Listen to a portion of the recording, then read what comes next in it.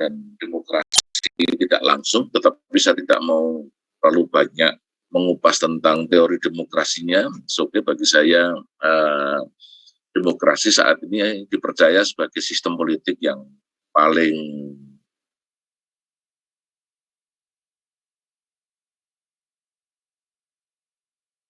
rasional, begitu, sehingga hampir di semua negara di dunia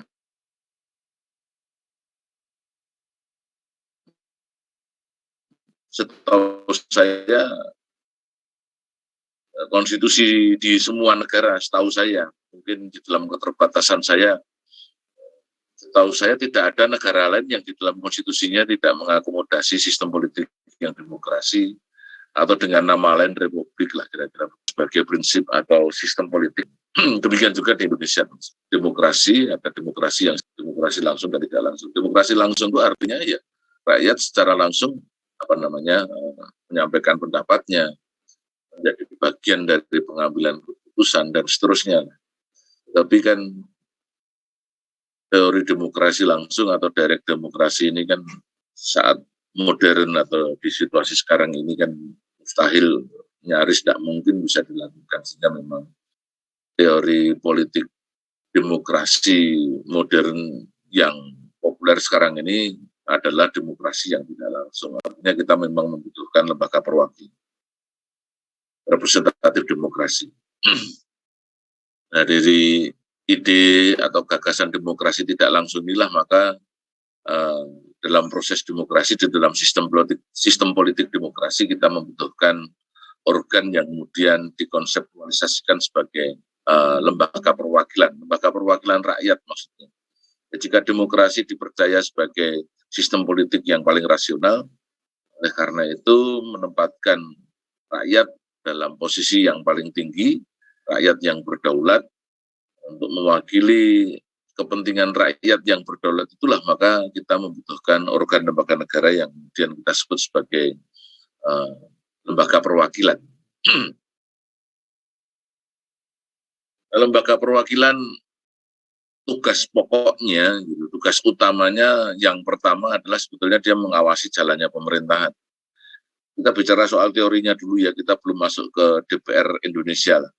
Tugas paling pokok sebetulnya DPR itu yang pertama adalah, atau lembaga perwakilan itu tugas pokoknya yang pertama adalah mengawasi jalannya pemerintahan yang dijalankan oleh eksekutif, dan yang kedua adalah menjalankan fungsi legislatif, yaitu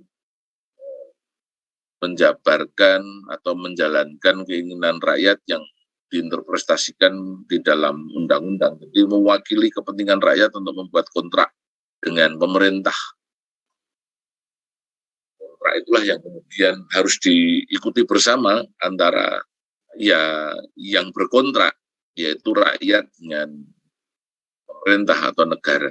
Pemerintah dengan negara itu berkontrak, bentuk kontraknya adalah undang-undang. Jadi undang-undang itu adalah kontrak antara rakyat dengan pemerintah.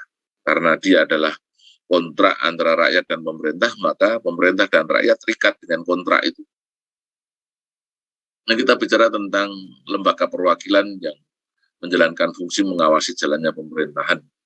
Sehingga kemudian dalam perspektif dalam perspektif tertentu kemudian disebut sebagai parlemen itu. Karena tugasnya adalah memperingatkan. Tuparle itu bicara, menyerukan, berseru, meneriaki gitu, berseru lah. Gitu. Mengingatkan, sebenarnya berteriak itu maksud berteriak dalam artian atau bicara dalam artian mengingatkan gitu. Itu yang kemudian kita sebut sebagai istilah tuparle. Lembaganya kemudian berkembang dengan istilah parlemen, maka ketika kita bicara soal lembaga perwakilan rakyat yang menjalankan tugas atau fungsi memperingatkan apa yang dilakukan oleh eksekutif, sebetulnya dia sedang menjalankan fungsi parlemennya. Fungsi parlemen itu dia memperingatkan, ya kalau di Indonesia yang menjalankan kekuasaan pemerintahan kan presiden. Ya tentu presiden itu bicaranya dengan wakil dan segala kementerian lembaga di bawahnya lah yang menjadi pembantu presiden. Jadi yang dimaksud Uparle dalam konteks mengawasi jalannya pemerintahan, ya, tugas lembaga perwakilan itu memperingatkan apabila presiden dengan segala jajarannya itu menyimpang dari kontrak tadi itu. Kan tadi pegangannya adalah kontrak yang dibuat antara pemerintah bersama-sama dengan rakyat. Kalau di konteks Indonesia kan undang-undang. Jadi tugas DPR itu adalah mengawasi jalannya pemerintahan, dan jalannya pemerintahan itulah yang kemudian didasarkan pada peraturan perundang-undangan itu. Tugas DPR adalah mengingatkan Tuparle kepada presiden agar presiden tidak menyimpang dari kesepakatan yang telah dibuat antara presiden dengan rakyat yang diwakili oleh DPR tadi. Dalam fungsi inilah maka kita sering menyebut lembaga perwakilan itu dengan istilah parlemen. Sedangkan fungsi kedua menurut Lawrence Dodd itu megang kekuasaan legislatif, yaitu untuk menjalankan keinginan rakyat dan menginterpretasikan ke dalam undang-undang, dan juga sebagai pembuat undang-undang dasar. Di lembaga perwakilan dalam menjalankan fungsi legislatif di beberapa negara itu juga membuat undang-undang dasar tugasnya. Kita juga bisa menengok di Indonesia, kalau kemudian kita menempatkan lembaga perwakilan di Indonesia itu adalah DPR, tentu saja pembuatan undang-undang dasar itu kan tidak di tangan DPR. Tetapi ketika DPR bersama-sama dengan DPD, dan kemudian kita menempatkan dia sebagai assembly yang menjalankan fungsi perwakilan rakyat Indonesia, maka juga mereka diberikan kewenangan untuk membentuk, membuat, atau merubah undang-undang dasar. Karena itulah maka dalam menjalankan tugas kedua ini kita menyebut lembaga itu dengan istilah lembaga legislatif. Jadi yang saya maksudkan untuk mengingatkan kita semua saja untuk secara proporsional kapan kita menggunakan istilah parlemen dan kapan menggunakan istilah lembaga legislatif. Maka ketika DPR menjalankan fungsi pengawasannya, fungsi kontrol, RDP dengan pemerintah, rapat dengar pendapat dengan pemerintah, memanggil pemerintah, itu sebetulnya rupa DPR itu ada di dalam sosok parlemen itu, sehingga kita boleh saja menyebut DPR RI itu sedang menjalankan fungsi parlemen, atau DPR itu adalah lembaga parlemen. Di DPR RI ketika dia menjalankan fungsi pengawasan, sesungguhnya dia adalah rupa parlemen, lembaga perwakilan kita. Sedangkan pada saat dia membahas rancangan undang-undang sampai dengan penetapannya, itu adalah rupa DPR ketika dia menjalankan fungsi legislatif, sehingga kita menyebutnya sebagai legislatif. Nah, kita sering kadang-kadang mendengar campur aduk penggunaan istilah ini. Lembaga parlemen membuat undang-undang, itu kan keliru. Lembaga legislatif dengar pendapat dengan pemerintah atau menjalankan fungsi pengawasan pemerintah. Lembaga legislatif menggunakan hak angketnya. Itu yang kita seringkali tumpang tindih di dalam memaknai parlemen dan lembaga legislatif. Di Indonesia, DPR kita menjalankan dua fungsi ini. Maka kita harus tepat pada saat kapan kita menangkap DPR dalam rupa parlemen, dan pada saat kapan kita menangkap DPR dalam rupa lembaga legislatif. Ketika dia membuat undang-undang, maka rupa legislatif itulah yang sedang ditampilkan oleh DPR. Dan pada saat dia menjalankan tugas pengawasan dengan menggunakan hak-hak angket, lalu hak menyatakan pendapat, lalu hak interpelasi, itu nah, sebetulnya dia sedang menjalankan atau dia sedang menggunakan baju parlemennya. Ini saya kira yang penting bagi kita untuk mampu mengidentifikasi sosok atau rupa lembaga perwakilan kita. Tidak salah kita menyebut DPR itu sebagai parlemen, dan juga tidak salah menyebut DPR itu sebagai lembaga legislatif. Tapi harus tepat pada saat kapan dia menjalankan rupa parlemen dan pada saat kapan dia menjalankan rupa legislatif itu saya kira yang lebih penting. Sebagai akademisi tentu saja kita semua harus cermat di dalam menggunakan istilah-istilah itu. Ya. Ada pertanyaan dulu barangkali untuk pendalaman, silahkan kalau ada yang mau tanya terkait dengan rupa parlemen dan rupa legislatif. Ada pertanyaan?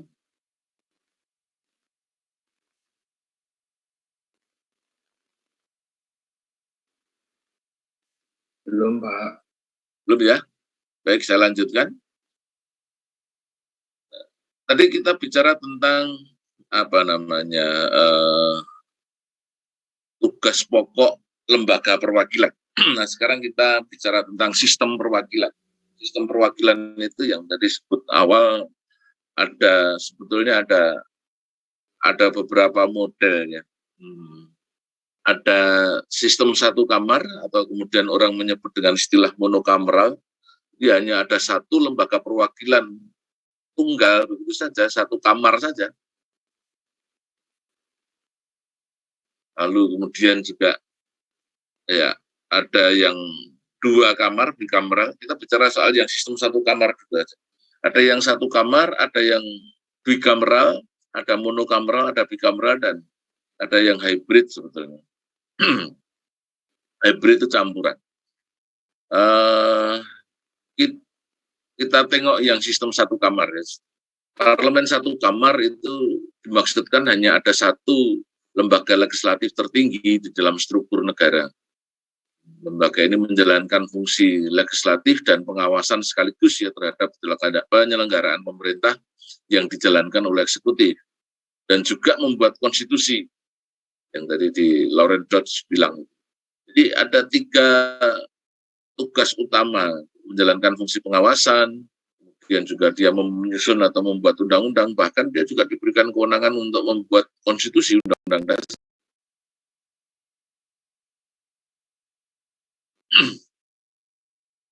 Pada pokoknya serupa bahwa secara kelembagaan fungsi legislatif tertinggi diletakkan sebagai tanggung jawab satu badan yang dipilih langsung oleh rakyat. Ya hanya satu lembaga saja yang dimiliki. Biasanya negara-negara yang biasanya yang negaranya itu bentuknya negara kesatuan, dan juga biasanya juga negara ini kecil pada umumnya. Ya. Tapi juga ada juga yang besar. Kalau misalnya RRC itu kan satu kamar, apa namanya, House of Representative-nya itu memiliki kewenangan 3-3-nya ini, tetapi negaranya juga besar. Tetapi juga pada umumnya kalau kita identifikasi sistem satu kamar itu biasanya dipraktekkan di dalam negara-negara yang apa namanya jumlah penduduknya relatif kecil, urusannya relatif tidak banyak, begitu-begitulah ya. Artinya juga persoalan-persoalan politik juga tidak terlalu tidak terlalu menjadi masalah. Misalnya kita bicara soal Singapura misalnya, dia juga punya lembaga perwakilannya, ya sistemnya satu kamar begitu ya.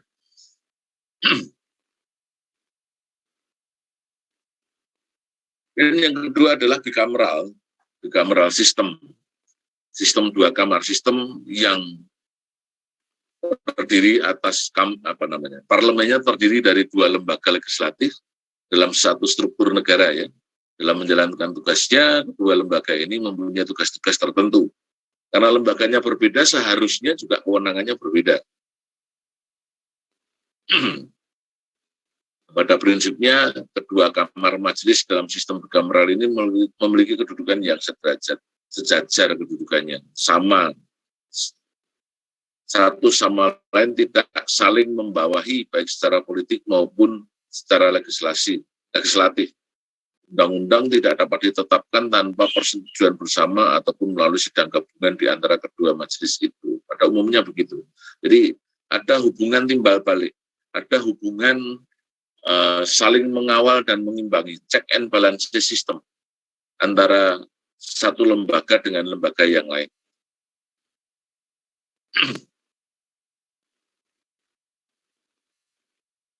Prinsipnya adalah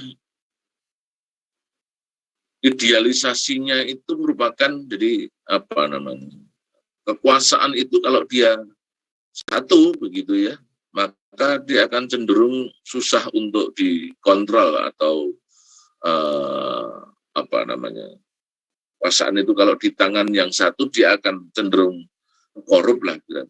Maka agar tidak korup kan dia harus dikawal dan diimbangi oleh lembaga negara yang lain. Jadi ide gagasannya supaya kekuatan politik itu tidak berlaku sewenang-wenang begitu ya dalam menjalankan apa namanya tugasnya itu. Kalau DPR itu kan cermin dari kepentingan-kepentingan politik yang manifestasinya partai politik.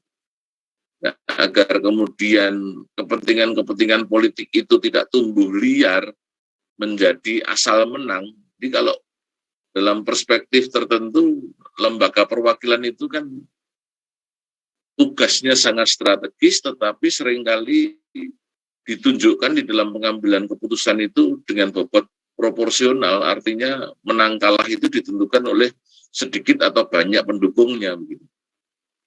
Artinya dominasi dalam konteks lembagaan atau proporsi jumlah yang banyak itulah yang kemudian menjadi keputusan bersama yang seringkali juga mengabaikan kepentingan-kepentingan yang kecil, kepentingan-kepentingan negara dan lain-lain. Jadi pengambilan keputusan didominasi oleh kepentingan-kepentingan politik yang dominan, partai politik yang dominan. Sehingga kemudian kebijakan-kebijakan negara itu didrive atau dikendalikan oleh kekuatan politik yang besar. Maka agar terjadi kontrol dan ada keseimbangan, kita membutuhkan satu lembaga yang lain, majelis tinggi, kemudian kita sebut sebagai majelis tinggi atau kamar kedua, itu untuk mengimbangi agar keputusan-keputusan atau kebijakan-kebijakan negara itu tidak didominasi oleh kekuatan politik yang dominan saja. Maka kita membutuhkan kamar kedua. Kamar kedua itu perspektifnya adalah mereka adalah negarawan sebetulnya. Kalau kita bicara tentang sejarah perkembangannya, negarawan itu adalah ya ini konteksnya Inggris ya. Inggris itu yang dimaksudkan negarawan itu adalah pemilik negara. Raja-raja itu, keluarga raja, para bangsawan gampangannya kalau sekarang itu. Jadi untuk menjamin agar arah pemerintahan itu tidak dikendalikan oleh kekuatan politik dominan, maka kepentingan negara juga harus dijamin dalam pengambilan keputusan, karena itulah dibentuklah majelis tinggi. Kalau di Inggris ya namanya majelis tinggi, kamar kedua. Di DPR itu majelis rendah, kedudukannya itu rendah. Kedudukan dalam pengertian apa namanya asal-usul ya, bukan kedudukan dalam pengertian struktur. Kalau struktur negaranya mereka disusun secara sama, sederajat begitu.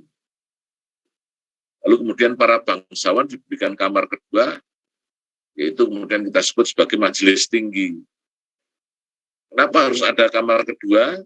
Supaya dalam proses pengambilan keputusan ketika lembaga perwakilan itu menjalankan fungsi parlemen maupun fungsi legislatifnya itu tidak semata-mata didasarkan kepada proporsi menang kalah banyak sedikit dalam proses pengambilan keputusan, tetapi juga harus memperhatikan kepentingan-kepentingan negara. Nah, kepentingan negara itulah yang kemudian dimanifestasikan dengan membentuk kamar kedua dengan menyebut majelis tinggi yang isinya adalah para bangsawan yang diyakini mereka ini adalah pemilik negara. Dan negara Inggris itu kan terdiri dari apa namanya kerajaan-kerajaan kecil begitu ya. Dan kerajaan kecil itu kan dipimpin oleh para bangsawan. Dia juga punya kepentingan terkait dengan penyelenggaraan negara dan harus diperhatikan di sini. Nah, konteksnya adalah itu. Di dalam perkembangannya tentu saja majelis tinggi yang diisi oleh para bangsawan itu di beberapa negara kemudian tidak diisi oleh para bangsawan tetapi diisi oleh wakil negara bagian, sehingga negara-negara yang berbentuk serikat, untuk negara itu kan ada dua, serikat dan kesatuan.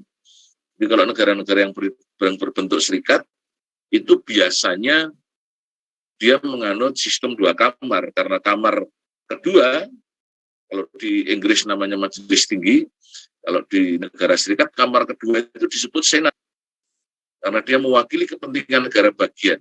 Karena pemilik kedaulatan sesungguhnya di negara serikat itu adalah negara-negara bagian itu. Di dalam negara serikat itu kan negara-negara bagian itu adalah negara-negara yang dulunya berdaulat.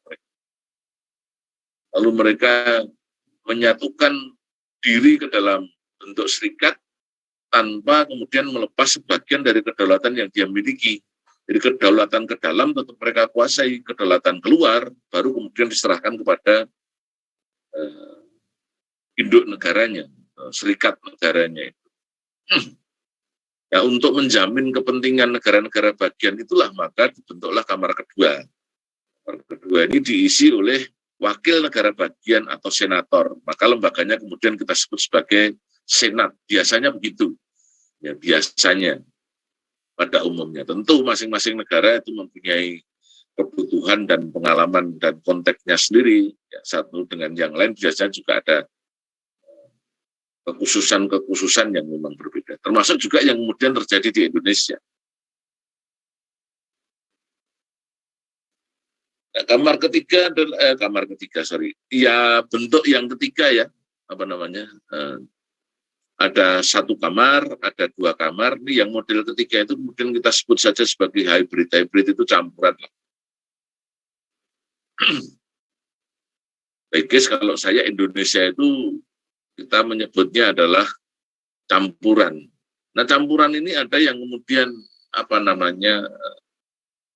mengidentifikasi dengan istilah trikameral atau tiga kamar, begitu ya. Beberapa ahli hukum tata negara menggunakan istilah trikameral atau tiga kamar, meskipun saya tidak ada di dalam. Saya ya beda pendapat soal itulah. Jadi ada satu kamar, ada dua kamar, ada tiga kamar. Trikameral. Kalau di Indonesia dengan menunjuk MPR itu sebagai kamar ketiga. Ini pendapat orang, bukan pendapat saya.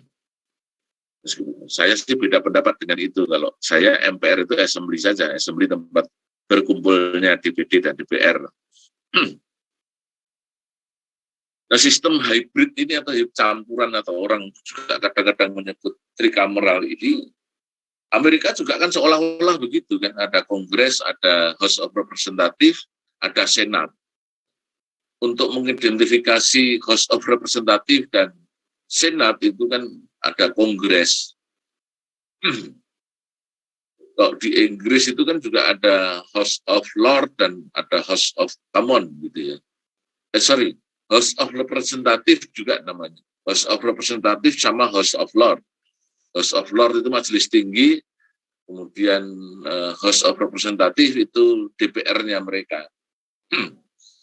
Dan ini kemudian juga ada yang menyebut dengan istilah tiga kamar, tetapi tidak saya tampilkan karena saya tidak ada di dalam posisi setuju atau tidak setuju.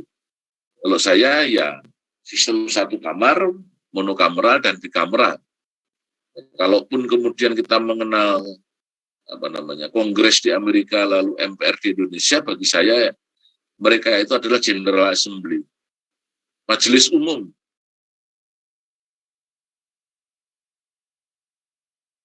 Bukan lembaga perwakilan. Lembaga perwakilannya ya DPR sama DPD itu. Lembaga perwakilannya ya House of Representative dan Senat itu. Kalau Kongresnya itu General Assembly sama dengan MPR di tempat kita. Itulah maka kemudian kan kenapa rumahnya atau ketentuan bab tentang MPR itu kan tidak ditaruh di dalam bab tentang lembaga perwakilan. Itu kalau nggak salah. Nah, karena itu kalau saya cukup menampilkan yang satu kamar dan dua kamar saja, tetapi sebagai referensi atau ya boleh saja kalian punya pendapat terkait dengan tiga kamar dan lain-lain ketika menunjuk MPR itu sebagai kamar, entah kamar pertama atau kamar ketiga ya kalau saya sih menghormati pendapat orang, silahkan. Saya hanya di monokameral dan di kameral. Beberapa pendapat ahli mengapa perlu adanya kamar kedua, saya kira saya sampaikan di paparan ini. Ada pendapat John Stuart Mill, lalu kemudian ada Lord Bryce, ada C.F. Strong, Carl Friedrich Strong. Saya kira ada beberapa pendapat, saya kira yang tadi sudah saya sampaikan sebetulnya ya, konklusinya kepada kalian. Ya intinya adalah pendapat-pendapat ini menyatakan kenapa kita membutuhkan kamar kedua, intinya adalah sebetulnya agar tidak terjadi pemusatan kekuasaan legislatif di satu tangan. Sehingga kita membutuhkan check and balances, saling mengawal dan saling mengimbangi di lembaga perwakilan rakyat, sehingga kita membutuhkan kamar kedua. Yang satu mewakili kepentingan politik sebagai manifestasi dari partai politik, yang satu adalah mewakili kepentingan negara. Kepentingan negara itu ya bisa mewakili kepentingan para bangsawan, bisa mewakili kepentingan negara bagian.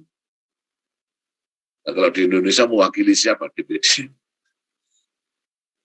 Yang mewakili kepentingan daerah gitu ya. Kita kan juga, provinsi kan juga bukan negara bagian, bukan juga soal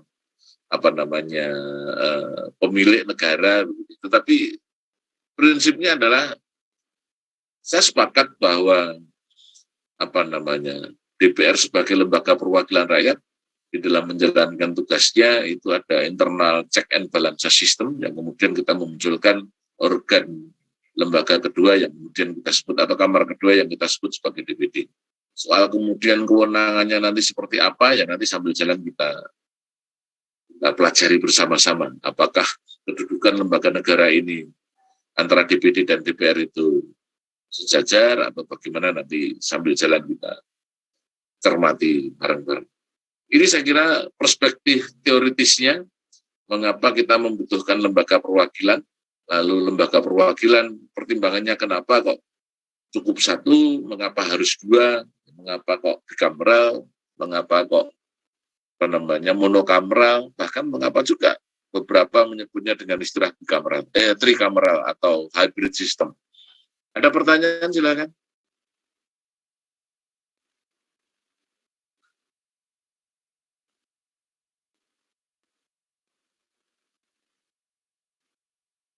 Baik, lanjut ya. Baik, saya ingin masuk ke lembaga perwakilan di Indonesia, DPR dulu. Nanti minggu depan kita DPD-nya. Pasal 20A ayat 1 Undang-Undang Dasar, ya amandemen kedua itu maksudnya tahun kedua, jangan dipahami amandemen yang dilakukan yang kedua, tidak, tetapi amandemen tahun kedua yang saya maksudkan. Amandemen itu bagi saya baru sekali, tetapi dilaksanakan 4 tahun, 4 kali, 1 kali setiap tahun. Di amandemennya selama 4 tahun. Nah, tahun kedua inilah kemudian kita mengamandemen ketentuan pasal yang terkait dengan lembaga perwakilan khususnya DPR.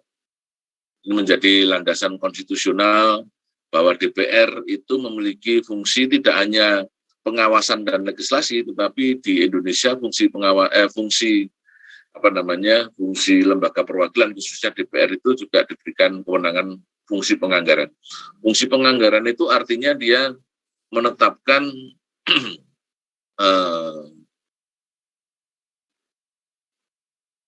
rencana atau rancangan belanja dan pendapatan negara, RAPBN itu.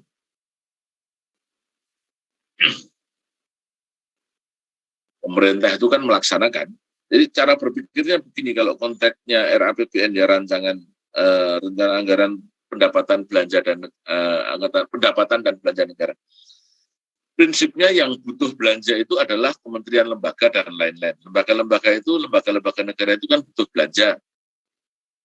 Belanja itulah yang kemudian disodorkan kepada DPR. DPR mengkoreksi, mengevaluasi kebutuhan-kebutuhan belanja itu, lalu kemudian DPR ada di dalam posisi setuju tidak setuju. Jadi yang mengusulkan anggaran itu pemerintah, kementerian, lembaga, dan lain-lain. Tentu DPR juga ya, jadi organ lembaga negara itu mengajukan usulan, DPR yang kemudian setuju atau tidak setuju, lalu kemudian karena di dalam ketentuannya yang namanya APBN itu harus dituangkan di dalam undang-undang, setiap tahun kan ada undang-undang APBN ya, maka penetapannya adalah bersama-sama dengan Presiden tentu saja. Jadi kita kalau bicara tentang DPR menjalankan atau memiliki fungsi 3. Kalau tadi di dalam teori kita hanya mengenal 2, fungsi legislasi dan fungsi pengawasan. Di Indonesia agak menarik, varian yang kita punya adalah fungsi anggaran. Dia menetapkan APBN, yang kemudian kita sebut sebagai fungsi anggaran.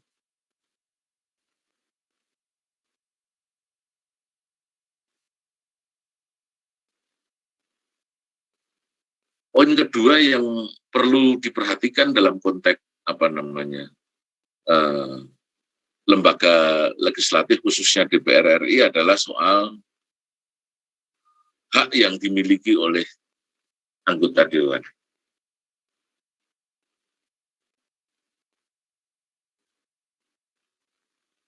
Ada 3 hak yang melekat pada diri mereka, meskipun cara menggunakannya diatur dengan undang-undang ya. Apakah hak-hak itu diajukan secara pribadi atau kemudian secara kolektif.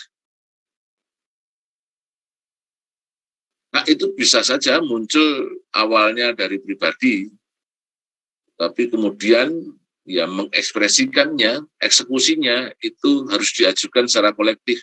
Maka kemudian kita menyebutnya anggota DPR secara kolektif diberikan hak oleh Undang-Undang Dasar.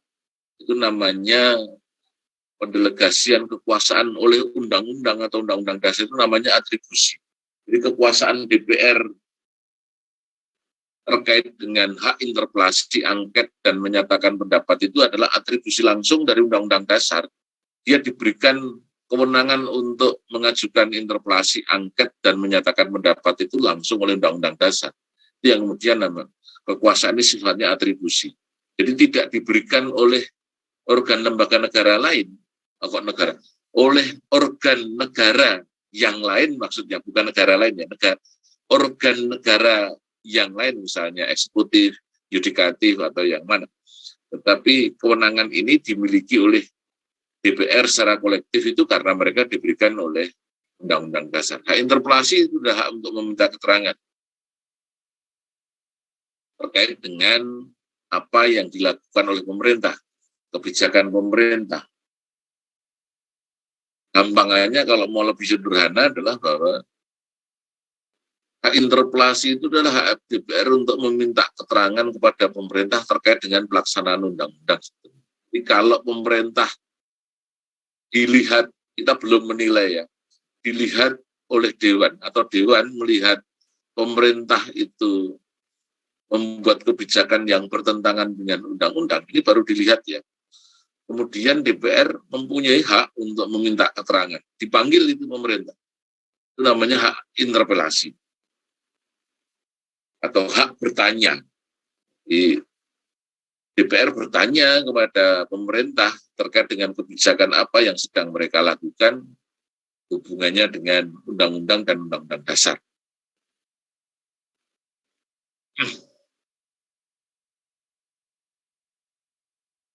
Nah, berikutnya adalah hak angket. Jadi setelah kita bertanya, lalu pemerintah menjawab. Jawaban pemerintah itu kalau kemudian memuaskan, maka ya sudah, interpelasi atau hak pertanyaannya terjawab, selesai, berhenti di situ. Tetapi kalau jawaban pemerintah itu tidak memuaskan atau tidak mampu menjawab kebutuhan pertanyaan DPR, maka digunakanlah hak yang kedua, yaitu hak angket, hak untuk melakukan penyelidikan. Untuk memastikan apakah betul jawaban-jawaban pemerintah itu tadi benar. Jangan-jangan hanya asal jawab. Gitu. Jadi harus diverifikasi jawaban pemerintah itu dengan fakta lapangannya seperti apa.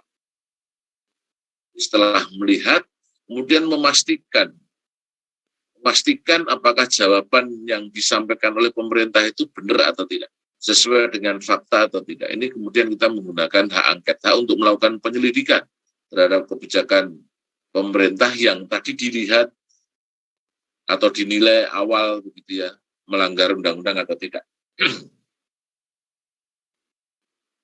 Jadi hak angket itu baru bisa digunakan setelah kita menggunakan hak interpelasi. Jadi tidak bisa sekonyong-konyong anggota dewan mengajukan hak angket.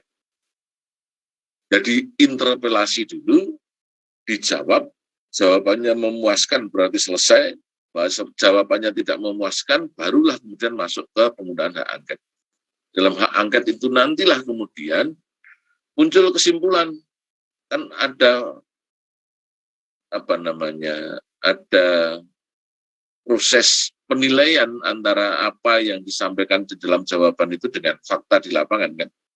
Lalu muncullah kesimpulan, nah kesimpulannya apakah pemerintah melanggar undang-undang atau tidak. Kalau pemerintah tidak melanggar undang-undang, maka ya sudah selesai, berhenti sampai kepada hak angket. Tetapi kalau kesimpulan dari angket itu adalah pemerintah melanggar undang-undang, maka dipakailah hak ketiga, yaitu hak untuk menyatakan pendapat. DPR menyatakan pendapat terhadap kebijakan pemerintah terkait dengan pelaksanaan undang-undang, atau gampangannya kalau di dalam kesimpulannya itu ditemukan bahwa pemerintah melakukan pelanggaran terhadap undang-undang, misalnya pengkhianatan terhadap negara, korupsi, suap, tindak pidana berat lainnya, maka kemudian DPR menggunakan hak ketiga, yaitu menyatakan pendapat. Hak menyatakan pendapat ini, itu kalau di dalam bahasa hukum pengadilannya, ini menjadi tuntutan atau gugatan ke pengadilan.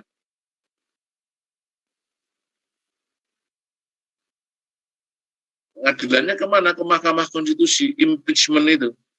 Impeachment itu dasarnya adalah hak menyatakan pendapat DPR atau konklusi DPR. Tuduhan DPR. Menurut DPR, pemerintah telah melakukan tindakan pengkhianatan terhadap negara, korupsi, suap, tindak pidana berat lainnya. Kan tuduhan itu harus dibuktikan. Tuduhan itu harus diuji. Tuduhan itu harus diadili. Lah pengadilannya adalah Mahkamah Konstitusi. Jadi dasarnya adalah pernyataan pendapat dari DPR RI. Pernyataan pendapat DPR RI inilah yang kemudian nanti menjadi dasar, ya kalau di dalam bahasa pengadilannya, hukum acaranya itu menjadi dasar gugatan ke Mahkamah Konstitusi. Jadi sekali lagi, penggunaan hak-hak DPR secara kolektif, baik itu interpelasi, angket, dan menyatakan pendapat itu harus digunakan secara bertahap, tidak bisa meloncat-loncat. Sehingga dalam pengertian ini sebetulnya hak-hak yang diberikan oleh Undang-Undang Dasar kepada DPR terkait dengan ketentuan pasal 20A ayat 2 itu adalah hak yang diberikan oleh Undang-Undang Dasar kepada DPR untuk menjalankan tugas pengawasan atau fungsi parlemennya itu tadi. Maka DPR ketika menjalankan atau bermuka parlemen, dia mempunyai senjata tiga ini. Hak interpelasi, angket, dan menyatakan pendapat. Ada pertanyaan silakan.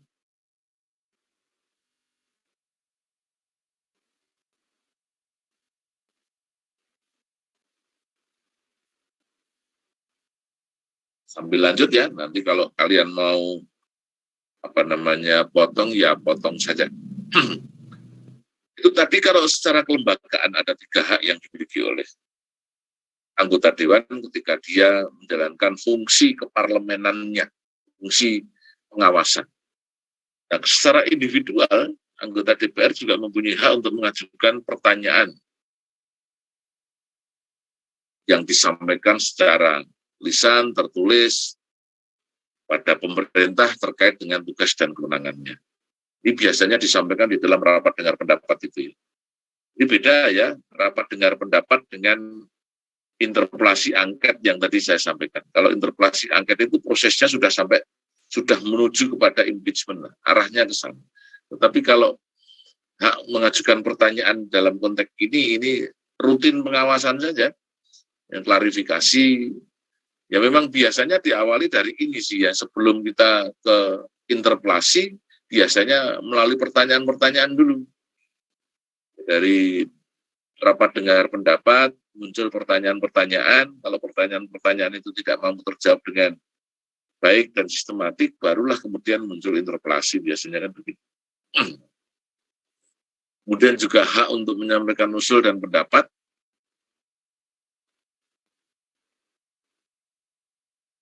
Kemudian juga hak imunitas, hak untuk tidak dapat dituntut di muka peradilan karena pernyataan atau pendapatnya yang disampaikan di DPR. Kemarin waktu siapa namanya dengar pendapat dengan Panglima TNI ya, kemudian tentara itu seperti gerombolan, ya, itu harusnya juga harus diletakkan dalam konteks ini, harusnya gitu ya. Tapi juga sebaliknya mestinya kan sebagai lembaga tinggi negara yang mulia dan lain-lain, kita menyebut mereka sebagai orang-orang yang terhormat. Mestinya kan cara menyampaikan pendapatnya pun ya juga santun dan seterusnya, tidak insinuatif, menuduh tanpa dasar, apalagi menggunakan kata-kata yang sifatnya melukai perasaan. Jadi sekalipun setiap anggota dewan itu memiliki hak imunitas, tetapi juga ada kewajiban-kewajiban lain yang harusnya dipenuhi dalam konteks Code of Conduct anggota DPR RI. Tata cara menyampaikan pendapat harus sesuai dengan tata krama, etika moral, sopan santun, dan seterusnya dan seterusnya. Tapi kan rapat dengar pendapat itu kan seringkali kemudian secara politik kan dibangun dalam konteks orang mencari panggung politik kan, supaya dia terkenal secara politik, apalagi nanti kalau sebentar lagi pemilu dan lain-lain, sehingga memang ya, setiap tokoh politik kan membutuhkan panggung politik.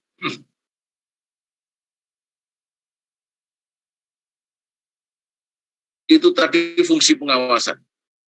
Kemudian fungsi legislasi, pasal 20 secara khusus juga mengatur fungsi legislasi DPR, bahwa DPR memegang kekuasaan untuk membentuk undang-undang bersama-sama dengan Presiden, tentu saja ya. Tujuannya pun juga bersama-sama dengan Presiden. DPR juga berhak untuk mengajukan rancangan RUU, tidak mempunyai kewenangan untuk setuju atau tidak setuju terkait dengan peraturan pemerintah pengganti undang-undang. Kalau Perpu itu yang inisiatifnya kan dari pemerintah. Peraturan pemerintah pengganti undang-undang. Dibikin dulu peraturan pemerintah, kalau disetujui maka dia akan menjadi undang-undang. Perlunya kita membuat undang-undang, tetapi karena mendesak dan dalam waktu yang cepat dibutuhkan, maka kita bentuk dulu peraturan pemerintah. Peraturan pemerintah pengganti undang-undang itu kan undang-undang setengah matang sebetulnya. Kita mau bikin undang-undang, tetapi karena DPR-nya belum ada, belum ngumpul, padahal kita keburu atau selak pengen ada undang-undang, maka karena DPR-nya belum ada, kita kasih peraturan pemerintah. Tetapi karena peraturan pemerintah ini diharapkan nanti kedudukannya setingkat dengan undang-undang, maka kita sebut dengan peraturan pemerintah pengganti undang-undang. Sambil menunggu DPR-nya datang berkumpul untuk menjalankan masa sidang. Nah, kalau DPR-nya setuju Perpu itu menjadi undang-undang, kalau tidak setuju ya sudah, laut saja. Itu peraturan pemerintah pengganti undang-undang. Fungsi legislatif yang lain atau fungsi yang lain adalah memberikan persetujuan bagi Presiden untuk membuat perjanjian internasional, ratifikasi. Jadi ratifikasi itu sekarang harus dengan undang-undang. Kalau dulu kan ada beberapa yang ratifikasi itu dengan PP atau Perpres. Tapi sejak reformasi kemarin, tahun 2000 kemarin, sejak perubahan Undang-Undang Dasar, maka yang namanya berlakunya hukum internasional ke dalam hukum nasional Indonesia melalui ratifikasi itu harus menggunakan undang-undang. Apalagi kemudian kalau hukum internasional yang kita ratifikasi itu berimplikasi kepada APBN dan hak kewajiban masyarakat, maka wajib hukumnya harus dengan undang-undang.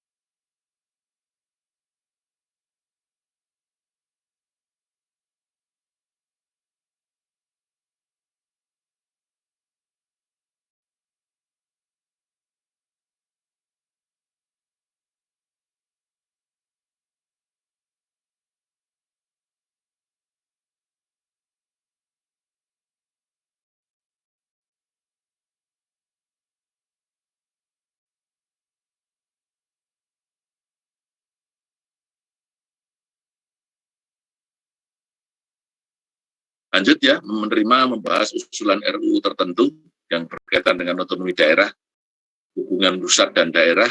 Ini RUU yang diinisiasi oleh DPD. Di DPD itu juga mempunyai kewenangan untuk mengajukan inisiatif rancangan undang-undang, tetapi hanya yang terkait dengan otonomi daerah, hubungan pusat daerah, pemekaran daerah,